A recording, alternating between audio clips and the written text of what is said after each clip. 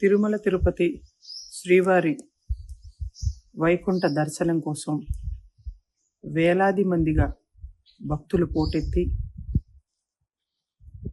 TTD ఇచ్చినటువంటి సమాచారం మేరకు టికెట్లు ఎక్కడ అందవో శ్రీవారి దర్శనానికి మనం అందలేకపోతామేమోనని చెప్పి ఆతృతతో భక్తులందరూ కూడా వివిధ ప్రాంతాల నుంచి వచ్చి అక్కడ నిన్న ఉదయం నుంచి కూడా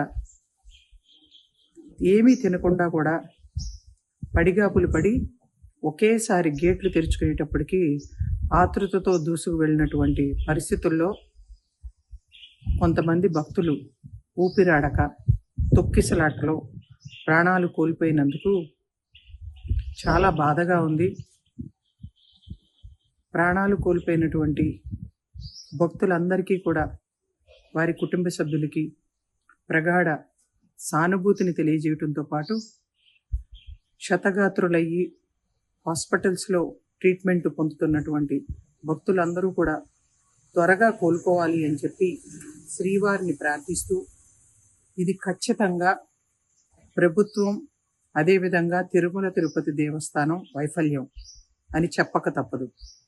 మాట్లాడితే ప్రతిపక్ష పార్టీలు రాష్ట్ర ప్రభుత్వాన్ని అదేవిధంగా తిరుమల తిరుపతి దేవస్థానంలో ఉన్నటువంటి అధికారుల్ని విమర్శిస్తూ ఉంటారు అని చెప్పి అధికార పార్టీ సమర్థించుకునే ప్రయత్నం చేస్తూ ఉంది. కానీ ఇంతమంది భక్తులు తిరుమల వచ్చారు అన్న విషయం వాస్తవం, అధికారులకి తెలుసు, అదేవిధంగా రాష్ట్ర ప్రభుత్వంలో ఉన్నటువంటి పెద్దలందరికీ కూడా తెలుసు. కానీ నిన్న మనం చూస్తే ప్రతి ఒక్కరూ కూడా ఆంధ్రప్రదేశ్కి ఇంత నమ్మకం ద్రోహం చేసినటువంటి ప్రధాని మోడీ పైనే దృష్టి సారించారు. ప్రధానమంత్రి మోడీ మెప్పు పొందాలి అని ఆతృత చూపించారు తప్ప రాష్ట్ర ప్రజలు ఏమైపోయినా పర్లేదు అని చెప్పి గాలి కొదిలేసింది అనేది వాస్తవం. ఆంధ్రప్రదేశ్కి ఇంత అన్యాయం చేసి రాష్ట్రాన్ని అధోగతి పాలు చేసినటువంటి భారతీయ జనతా పార్టీ ప్రధానమంత్రి మోడీ 2014లో శ్రీవారి పాదాల సాక్షిగా ఇచ్చినటువంటి హామీలన్నిటినీ కూడా నెరవేర్చకుండా వైఫల్యం చెందాడు. మళ్ళీ నిన్న వైజాగ్ వస్తే అదేదో చాలా గొప్పగా ముఖ్యమంత్రి చంద్రబాబు నాయుడు చరిత్రలో నిలిచిపోయి రోజు అని చెప్పి ప్రగల్భాలు పలుకుతా ఉన్నాడు. ముఖ్యమంత్రి చంద్రబాబు నాయుడు గారు కానీ డిప్యూటీ సీఎం పవన్ కళ్యాణ్ గారు కానీ ఏ విధంగా అయితే ప్రధాని మోడీకి అడుగులకు మడుగులొత్తుతూ అతన్ని ఏదో పెద్ద అద్భుతం లాగా చూపించే ప్రయత్నం చేశారు. కానీ ప్రధాని మోడీ ఆంధ్రప్రదేశ్లో అడుగు పెట్టటమే అరిష్టంగా కాంగ్రెస్ పార్టీ భావిస్తూ ఉంది. అతను చెప్పేవన్నీ అబద్ధాలు కాబట్టే ఈ అనర్థం జరిగిందని కూడా నేను చెప్పదలుచుకున్నాను.